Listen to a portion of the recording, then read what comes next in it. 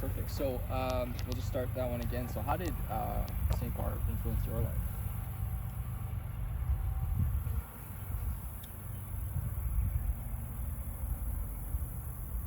Well, first of all, the fact that he kept in touch with me out of the, he would meet thousands of people a year, but he would send me correspondence, and then he would look me up when he was in Canada, and he was kind of like they say now in research and forestry and on the ground research that there's you could say mother trees or father trees, and they help the young seedlings and so on around them be their successors. So St. Barb was like he scattered seeds around the world, and he also nurtured seedlings. So I felt like I was one of those little seedlings, and there were other people in my circle that I eventually met, like David Van Vliet, who I'd known earlier, and Paul Hanley, and others who had an environmental focus like mine, and who had this sense of being inspired by St. Barb to really understand this way he lived and this mission that he had. Like, he was so ahead of his time, it was still for us to understand uh, what it was all about. And then it really developed into a heart connection, because when I saw him in 1980, I gave him a copy of my paper, and he carried it around the world and he showed other people. And then when he was coming here for his last time in 1982, he wrote me at the beginning of 1982. And again, so, how that worked is impossible, because he wrote a letter to the farm, my mom's address. Mom forwarded it to my address in Toronto, so I got the letter a bit late.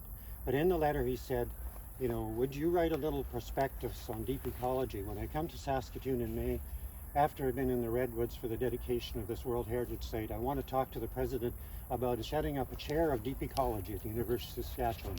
I mean, he thought big. I thought that was, I was skeptical how president wouldn't do that, all this type of thing, but that's the way he thought.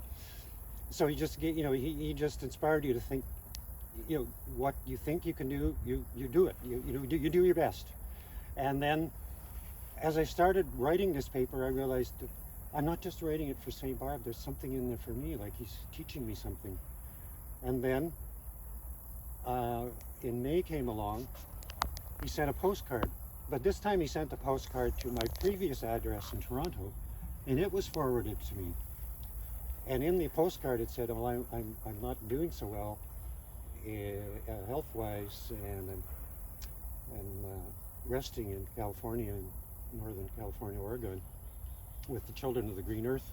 And so I thought, well, I had already booked a ticket. It was non-refundable. I don't think I can go to Saskatoon now. And that night I had a dream. And in the dream, my former professor and mentor, Stan Rowe, told me that St. Barb had died, and he was telling me about the funeral. And I woke up and actually crying. And in another dream that night, I had a dream, and the motif of the dream was from the movie The Godfather. So putting those two dreams together, I had done a little work with my dreams, and I thought, yeah, St. Barb is somehow a godfather to me, and I have to see him. So I found out where he was in California, and I phoned and found out what his actual arrangements are going to be. And I thought of going out there, because he said it wasn't that good, but then he said he really wanted to come to Saskatoon. So I arranged to come to Saskatoon, and I came on June 1st, and he arrived on the evening of June 4th. His friends in Oregon had to really nurse him along. They were wanting to go on the plane with him to get him comfortable. They wouldn't allow that, but he had to have oxygen on the plane to fly here. I arrived in Saskatoon that evening as well, and I met with David Van Vliet, and met with St. Barb, and he was staying in one of those old Air Force homes that were built for the Royal Canadian Air Force in Magna Park by the airport. So there was no bedrooms on the main floor. He was on the second floor, and we conferred with him about the arrangements. And then the next morning it was raining, and when we went to get St. Barb, David and I were thinking we should maybe cancel You know, we didn't want to take him out in the rain. He was actually still recovering from, one of the reasons he was ill is he'd gone to China in 1981 and he got pneumonia and he hadn't fully recovered from that. So, considering all that, you know, we were being cautious, and he said he wanted to go ahead. So we bundled him in the car and took him up to this site at the university near the Diefenbaker Center, where the Baha'i community here in Saskatoon had arranged to plant a tree on World Environment Day, which is June 5th. And so that was set for 1 o'clock. So at noon hour, we picked him up, and just as we were coming at the university, the clouds cleared and the sun shined on this event, and it was a beautiful little gathering of adults and children, and we wheeled St. Barb. We had to carry him down the stairs in a wheelchair, bundle him up in the car, and then wheel him out to this spot. It's right near the parking spot. And then David had asked me to speak as a guest about the event. So I kind of tied together a bit of how I'd met St. Barb and what he taught me in terms of deep ecology, if you like, and interrelatedness of life. And then Dr. Spinks was there, now retired from the university, but he said a poem, a beautiful poem, and he had some words from the poet Tagore. Interestingly, who St. Barb had met this Rabindranath Tagore in London, and Tagore had written a poem for St. Barb, a Nobel laureate for literature. And so I read this poem, and it was really a magical moment. And then when it came to planting the tree, it was a bit surprising because the tree was delivered in a tree spade. It was a large hybrid poplar in a tree spade. So you know, it wasn't quite as intimate as a young seedling. But we adapted. They put the tree in the hole, and then we gathered around the tree. And St. Barb had this little motto that he developed for this group that he'd started a couple of years earlier, called Children of the Green Earth. And so he, with all his strength, you know, should I get up and do it, or is I just do it in here? No, you can get up and do Yeah, it. Yeah, yeah. absolutely. Yeah. Let me just adjust the camera here. Okay, and actually, yeah, would you want to go over there maybe? Okay. Actually, maybe sort of in the path. That'd be great. So I assume it's a full body sort Yeah. of thing. Excellent. Yeah, can you show me? You can go for it.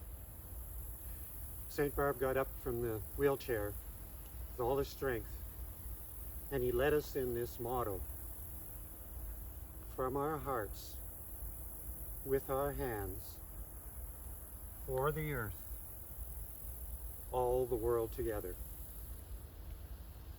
So that really kind of sums up his philosophy: from the heart, doing action on behalf of the earth, for the earth,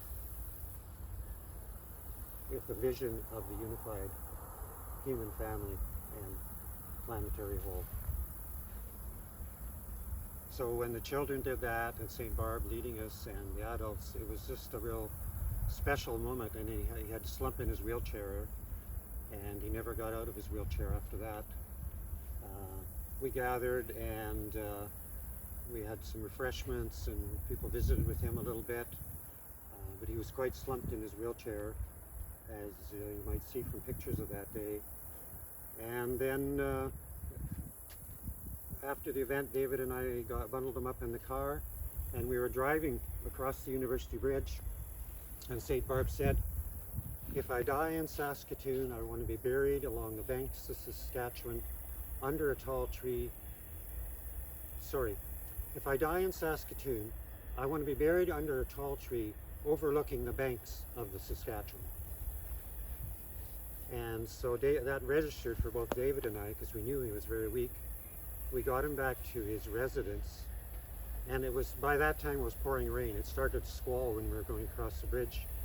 We bundled him into the house and up to the bedroom, got him into bed, and he was in bed for the next 4 days.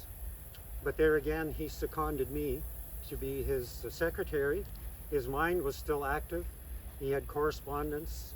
He wanted to update his sort of extended list of people who were his friends and supporters with what had happened in Saskatoon, that he'd been to the Redwoods and planted this tree for World Environment Day, and all the other things he'd done the year before, like being in China and Australia and New Zealand and Switzerland and London and Nairobi and so on and so forth.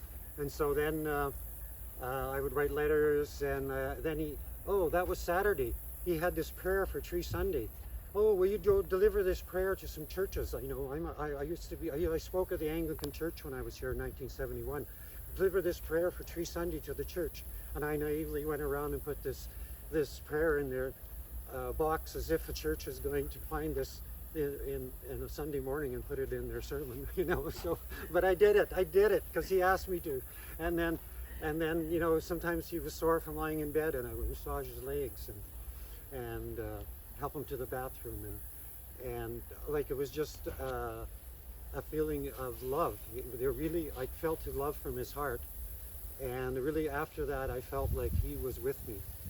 And in fact, because he died that morning, the morning we were supposed to go on to Toronto together, I was going to take him on June 9th to a farm near Toronto of a sort of a communal spiritual group called Emissaries of Divine Light. Like I said, he associated with people of all faiths and backgrounds, and they had a beautiful organic farm, and they had offered to put him up there and nurse him and good organic food, and so that's where we were going to go. But just as we were getting him out of bed, our flight was for 11. About 9 o'clock, he died in our arms, and so then the Baha'i community came and said prayers for him, and they were very calm, very understanding of death, and sort of grateful that this great man had honored them by being here at the time of his death, and understanding that he was a great soul. And so then I had the choice to make: do I catch the flight and lose all my money, or lose all my money and stay? So I stayed, and I was asked to speak at the funeral and speak on CBC radio. And then after that I went back to Toronto, and when I was walking down the street one day, I felt as if I felt as if St. Barb's spirit was in the trees, and he was he was just with me. And then I came back that summer to Saskatoon. My grandmother was also ill, and some friends met me, and he said, "Oh, you have to come down to Indian Head. You love trees. You'll see the tree history there." And so I went there and I applied for a job, and I came for a job interview in September, and then I got a job for the PFRA in late October, and I moved out to the west in November, and I felt it was St. Barb smiling on me and helping me from the invisible realms. So even in like, he didn't believe a separation of the soul. The soul lives on, and souls can help other souls, and so I felt he's always been a soul guide and friend and teacher and mentor. Excellent. Can you just walk off into the...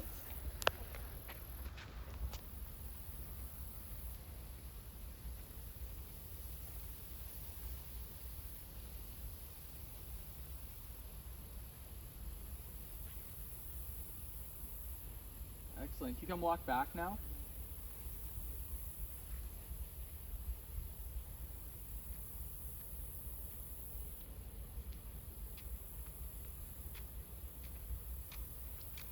Excellent. Just walk right past me.